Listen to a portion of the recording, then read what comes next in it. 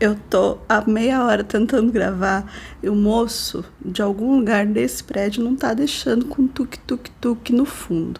Então vamos normalizar o barulho nesse canal, ó.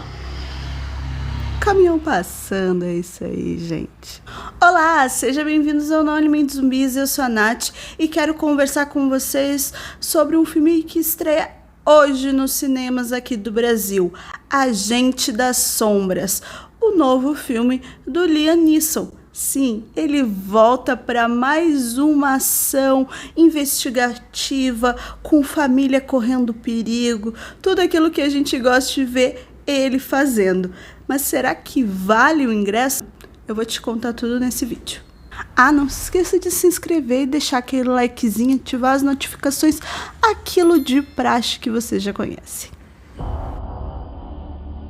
One day you wake up and realize you're not sure who the good guys are anymore. Agente das Sombras estreou hoje aqui no Brasil e traz mais um filme do nosso amado Liam Neeson, e eu tenho que admitir que eu gosto muito desse gênero dele. Eu gosto muito dos filmes que ele faz, parecem todos iguais, todos com a mesma narrativa, mas eu sou fã, eu gosto, me agrada, mas eu preciso confessar para vocês que tem algumas coisas que me incomodaram nesse novo filme e eu preciso desabafar. Nada com grandes spoilers, porque até não precisa. Se você já viu algum filme do Liam Neeson, vocês já sabem sobre o que vai se tratar esse novo filme. Mas se você não sabe muito bem sobre a sinopse desse filme, eu vou te contar. Aqui a gente acompanha o agente freelance do FBI, Travis Block. Nele, ele acaba sendo aquele que vai resgatar os agentes do FBI de situações complicadas. Então, ele é quase um anjo vigilante ali do FBI. Ele não está no registro, ele oficialmente não é um agente do FBI, mas ele faz esse trabalho há muitos anos e muito importante, né? Mas isso acaba fazendo com que a vida pessoal dele seja jogada um pouquinho de lado, porque ele nunca sabe quanto tempo ele vai ficar fora, aonde ele vai, né? Qual é a próxima missão dele. Isso afetou a relação com a filha e agora ele tenta recuperar uma relação mais saudável com a neta. Mas quando ele tenta ir se aposentar, né, o merecido descanso do guerreiro, ele acaba descobrindo uma conspiração dentro do FBI e vai precisar ser o herói da situação novamente. Então esse é o enredo, vocês já percebem que não é nada muito diferente do que a gente já não viu por aí. O próprio diretor Mark Williams falou que esse é um filme muito inspirado em filmes do gênero lá dos anos 60 e 70, em conspirações que envolveram o FBI também neste período. Então é uma ficção, mas ele traz esses elementos bem marcantes para ele. Então o personagem do Liam vai ter que ficar ali lidar com o caráter da situação, né? Ele, como um agente que trabalhou por muito tempo acreditando naquela causa e descobrindo que a instituição para a qual ele trabalha está fazendo coisas não tão legais assim. O filme ele começa com uma manifestação política bem interessante, né? E mostra como o FBI precisa lidar com isso, né? Com essas manifestações, que acaba sendo ali esse caso de conspiração, no caso. O Liam, né, o personagem do Liam Neeson, vai precisar ficar ali, juntar com uma repórter investigativa que está tentando descobrir o que é isso que o FBI está escondendo, já que um dos agentes do FBI, aonde o personagem do Liam Neeson precisa resgatar, né, precisa interferir, ele está bem abalado psicologicamente, né, bebendo, tomando remédios e tal, e esse agente ele quer contar coisas, digamos, que não deveria para a jornalista, que é feita pela maravilhosa Emily Have Lampman.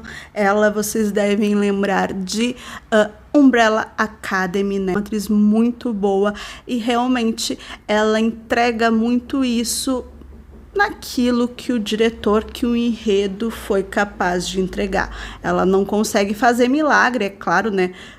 O filme é muito simples ali na sua história, ele não é tão profundo nos seus dramas, mas ela acaba, assim, fazendo um bom papel e fazendo uma boa dupla com o Liam. Ela é essa jornalista que acaba caindo numa situação ali, digamos, de conflito profissional, porque ela tá com medo de cair numa fake news, né, de alimentar uma fake news, mas quando ela consegue achar a prova daquele caso, né, para publicar, o, digamos, patrão dela, mas a quem ela reporta, acaba pegando a reportagem para ele e publicando. Ela tem esse pequeno drama, mas não é explorado. O que sobra são cenas até bem empolgantes de perseguições, assim. Tem uma de perseguição de um carro com um caminhão, bem feita até. Cenas de luta que envolve alguns personagens e o Liam Neeson. E uma coisa bem interessante, o filme fala muito sobre final de carreira, sobre aposentadoria, sobre você dar um fim naquilo que tu já fez durante muitos anos e merece um descanso. Isso fala muito sobre o personagem, né? O próprio diretor fala muito sobre isso, ele que já trabalhou em outros filmes com o Liam, e mostra que ele já está caminhando para o fim da sua carreira de filmes de ação, né? Onde demanda muito fisicamente dele. E o filme brinca muito com isso em momentos em que ele está em perseguição, né? Que ele está indo atrás de um dos agentes ali, e ele perde o fôlego, né? Ele acaba apanhando. Então, existe essa brincadeira dentro do roteiro mostrando, olha, tu tá ficando velho, mas mesmo assim mostrando que ele ainda quer, ainda não é o tempo de terminar. É muito isso que traz o filme, né? Ele tá chegando no seu limite, mas ele ainda pode ser o herói que a gente precisa, né? O herói em situações assim que envolvem esses tipos de ação e conspiração. Então, dá a esperança que a gente vai sim ver ele em outros filmes, mas que brevemente o ator não vai ter ainda a capacidade de correr e de lutar por tanto tempo assim, né? A aposentadoria é bem-vinda para todos. E como é clichê nesses filmes de ação, especificamente nos filmes de ação onde o Liam está envolvido, tem a questão familiar. Ali mostra, né, que por ele trabalhar para o FBI nessa coisa de sombra, né, por isso que Agente das Sombras, eu gostei muito do título, ele combina muito diferente, né, de outras traduções aí, acho que essa tradução ficou bem legal. Ele tá ali sempre ajudando aqueles agentes, mas ele acabou perdendo muito da vida da sua filha, né, acabou ficando muito paranoico. E é nessa parte que o filme me perde um pouco. A partir do momento em que ele tenta usar um transtorno, né, que é o transtorno obsessivo-compulsivo, como um ato de justificar algumas ações do personagem, como ele ser muito minucioso. Por ele ser muito minucioso, por ele ter esse transtorno, ele consegue enxergar situações diferentes dos outros, né? E também usa isso como elemento de ter uma gracinha, uma comédia, quando ele coloca sempre as roupas separadas, centímetros, bem certinho, sapato, né? Ele arrumando a mesa do chefe dele, como ele acha que deve ser. Situações que podem ser muito desconfortáveis, né? Porque não é uma coisa que as pessoas que possuem esse tipo de transtorno conseguem controlar. Ele usa como um meio de justificar e um meio de comédia para ações dos personagens. Porque até a filha dele, né, a Amanda, diz que a neta já está copiando o avô em certas situações, como ir lá na porta, girar a chave 3 vezes, né, verificar não sei o que. Ela fica também muito vigilante, porque o avô fica também muito assim, né, mostrando para ela que ela sempre tem que estar cuidando à volta. Então, tem essas situações que poderiam ser bem legais e bem exploradas até, apesar de, vamos lembrar, é um filme de ação, né? A gente não tá ali muito para aprofundar essas questões, mas poderia ter uma delicadeza melhor para falar sobre o tema, e ele não tem. Então, a partir do momento em que tu trata o assunto de maneira tão banal, eu acho que ela não precisaria. Não interfere ali muito no roteiro do filme. Se tu tirar esse elemento e colocar uma outra situação, como se o Liam fosse um pai muito ausente por conta do trabalho e ele tivesse essa relação difícil com a filha e quisesse recuperar essa relação com a neta, funcionaria igual, entende? Tu não precisaria desse elemento. Então isso me tira muito do filme, faz com que eu goste um pouquinho menos dele por conta dessa abordagem.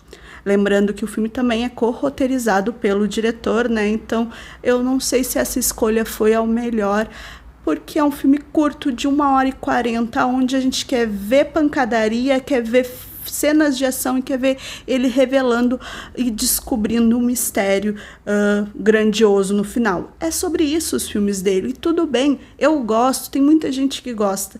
E daí quando tu tenta aprofundar um tema e deixa assim tão mal resolvido, tão mal trabalhado, acaba sendo bem triste. Eu falei dos efeitos ali, né, das cenas de ação, de perseguição e de luta, elas estão bem ok, mas traz aí uma questão de que talvez não é um filme que precisasse chegar no cinema, entende? Se ele fosse direto para um streaming, talvez ele alcançaria um público maior, né? Um público que gosta muito desse gênero e faria mais sucesso. É um filme que não precisa de uma tela grande, então eu aconselho, se vocês, né, têm um outro filme para ver aí no cinema, né, não querem gastar com esse, digo para vocês aguardarem, que logo deve ter aí disponível para vocês assistirem numa Netflix, numa Amazon da vida, ou até mesmo para alugar.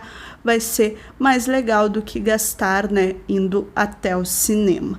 Mas é aquilo, é um filme para quem é fã do gênero e fã do ator. Se você gosta dos outros filmes dele, vai gostar desse, então vai ser uma boa sessão da tarde para você ir ver lá na telona, no cinema da sua cidade. Se você já assistiu, se você concorda comigo ou discorda de tudo isso que eu falei, me conte aqui nos comentários, deixa o likezinho, se inscreva no canal para eu trazer mais filmes deste Jedi maravilhoso. Para mim ele sempre vai ser o Jedi que eu tanto amei.